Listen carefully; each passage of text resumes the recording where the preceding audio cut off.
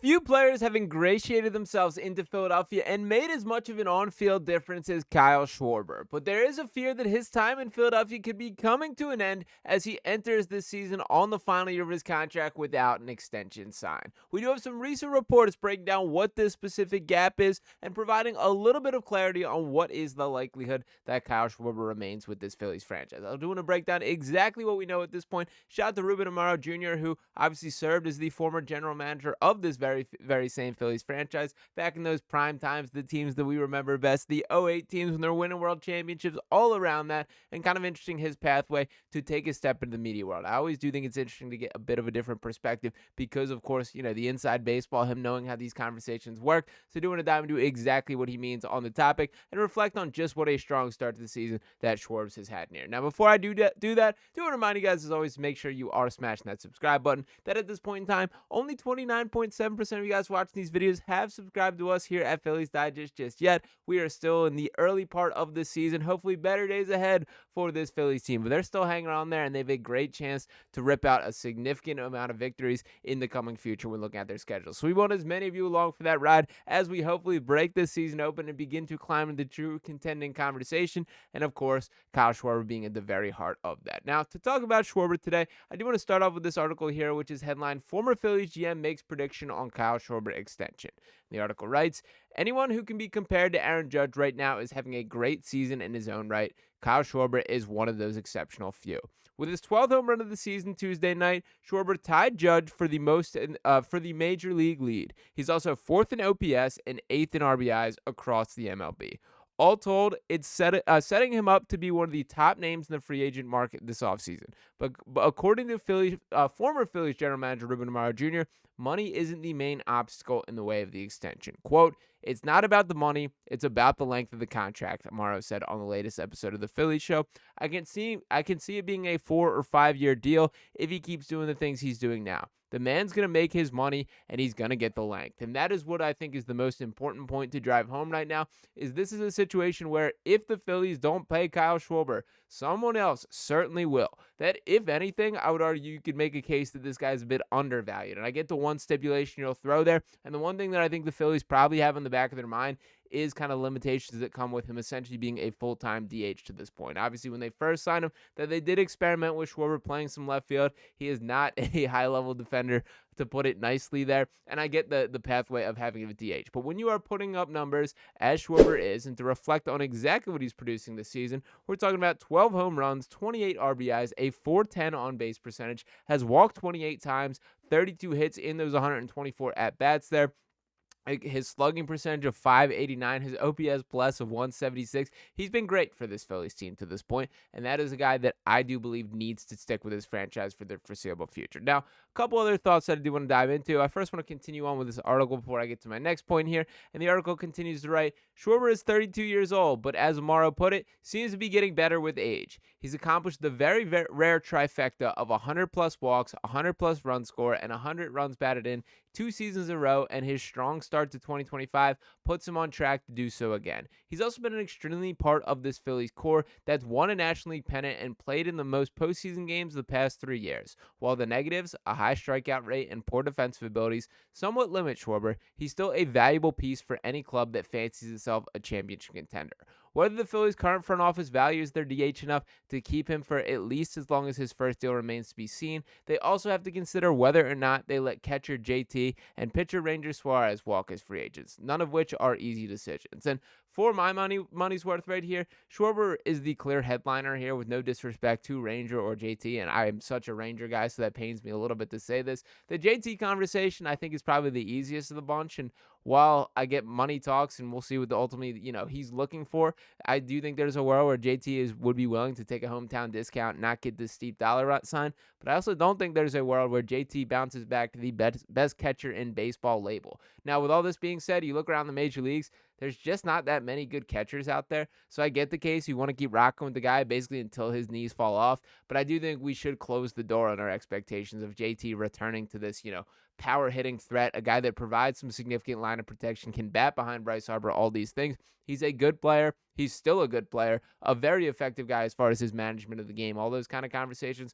But if you're looking to maximize this roster, it probably is without JT Realmuto on it. Now, Ranger Suarez, I think the conversation gets a little complicated because of how many cooks we have in the kitchen from the pitching perspective. They obviously traded for Jesus Luzardo this offseason. We've seen Christopher Sanchez emerge, Zack Wheeler, and of course, Aaron Nola still holding things down, and Aaron Nola on sort of the return here. And the Andrew Painter factor is going to be probably the largest part of this conversation. So we don't got to dive into the Rangers stuff for now. I am very curious how the Phillies are looking at this moving forward. It breaks my heart to say it, but I do think the writing is on the wall for Ranger Suarez leaving. Now, the guy that cannot be true for is Kyle Schwarber here. You cannot replace the level of talent and power that he possesses, and I don't think it's coincidental that every place that he goes straight up wins baseball games. Now, to continue on a couple other parts of this, I do want to pull up this section here that writes, the Phillies did not engage with Schwarber's camp about a potential extension during the offseason, according to the Athletics, according to the Athletics' Ken Rosenthal. Talks did not lead to a deal, but as Jason Stark said during a radio appearance on 97.5 The Fanatic, Schwarber is open to in-season talks with the Phillies. It's a matter of supply and demand. There are not a lot of truly excellent hitters available next year. Outfielder Kyle Tucker could sign for $500 million. Pete Alonso will likely opt out and make more than the 2 years, $54 million that he got from the Mets last season. Schwarber's age, he'll be 33 in 2026, and his lack of positional flexibility will hurt him, but he has not shown signs of slowing down. If anything, he is the best possible version of himself. He hits for power, hits lefties, and gets on base. His strikeout rate is also down from 28.5% in 2024 to 21.2% in 2025. It's also hard to put a price on what Schwarber has meant to the franchise. He was signed in 2022 not only to hit home runs, but to bring the clubhouse together. It's not a coincidence that the Phillies have made the postseason every year since Schwarber has signed on with the club. He has done enough on the field and beyond to get onto the Phillies Wall of Fame one day, even if 2025 is his final year with the team. Maybe there is some regression to the mean, maybe there isn't, and Schwarber has saved his best season for the Phillies for last. It helps that Schwarber clearly has interest in staying with the Phillies beyond 2025, but every home run, the price keeps going up. And I do think there is a little something too, guys, tending to perform their best when there is money on the line. Now, I get that all these guys are competitors in their nature. They want to win, they want to play well, but at the end of the day, this is a profession, and Kyle Schwarber doing an excellent job stacking the decks in his favor here. Now, I don't think we should undersell that point there about the clubhouse, that for this Phillies team, even a guy like Bryce Harper, who I've been very complimentary of from a leadership standpoint overall, I do think he's more of the lead by the example guy, and he's certainly grown out of some of the punkiness that he had when he was younger. And I think Harper is very well respected within the team, has been like the foundation of so much of this Phillies era. But it is Schwarber that is the guy that tends to do the little things, like little moments like moving a guy up to the front of the line for handshakes and things, and building up confidence that you do sometimes see the camera catch behind the scenes. I love there. Like after he hit the home run this year and he's taking the Tootsie Pop or whatever it was from Johan Rojas, making him jump for joy. Like that stuff is important over the ebbs and flows of the season, and especially so in a sport like baseball where you're going to spend so much time every single day with each and one of these guys that it is important to keep tied together. Now, there is also a point on there that I do think we should not underrate here, which is Kyle Tucker. And to add in exactly what that is probably the guy that Kyle Schwarber is competing with for the most significant free agent deal this summer. And now this article writes, Patrick Mooney of The Athletic writes a story this past weekend in which Bryce Harper talked about the Cubs previously being at the top of his free agency list. Harper went on to say that he doesn't regret anything and that his time in Philadelphia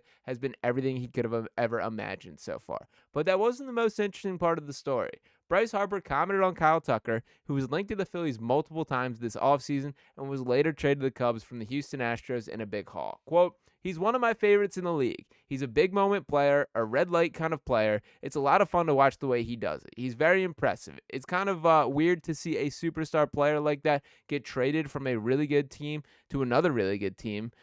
Great for Cubs fans, great for the team. He's got a really good opportunity next year to make some pretty good coin. And for Bryce specifically here, we've seen him do this recruiting before. We've seen him mention how badly he wants JT Realmuto brought back. Send those feelers out, the stamp of approval for a guy like Trey Turner. And I kind of think he is doing the same thing with Kyle Tucker here. Now, we have a lot of time until we get to the offseason. We start having these discussions, but it would not shock me if internally there is some real conversations being had of who is the higher on our priority list? Is it Kyle Tucker or is it Kyle Schwarber? And I do think that answer somewhat depends on Bryce. Now, me personally here, I think it should be Schwarber 10 times out of 10 here. We know exactly who this guy is. We know exactly his fit within the team. And while I would not argue with you if you were to tell me right now, if the MLB season stopped right now, Kyle Tucker is your National League MVP, I think that's probably true at this point in the game. There's still something innate about Kyle Schwarber that I think just fits in this Phillies franchise and that they would be desperately missing without him. So for me, I cannot see a world where Kyle Schwarber is not back on this Phillies team. They have to do everything possible to make sure that is the case, and I do think they'll be regretting it in a major way if they do fall short of it. But let me know what you guys think in the comments. Are you on the same page as me? Drop those thoughts below, and one more time, do want to remind you guys, as always, to make sure you are subscribed to the channel. At this point in time, 70.3% of guys watching these videos have not hit that button just yet. It helps us out a ton here on Phillies Digest, so let's keep this Phillies Digest family growing. Appreciate each and every one of you guys tuning into this video once again. I'll be back talking to you next time. Peace.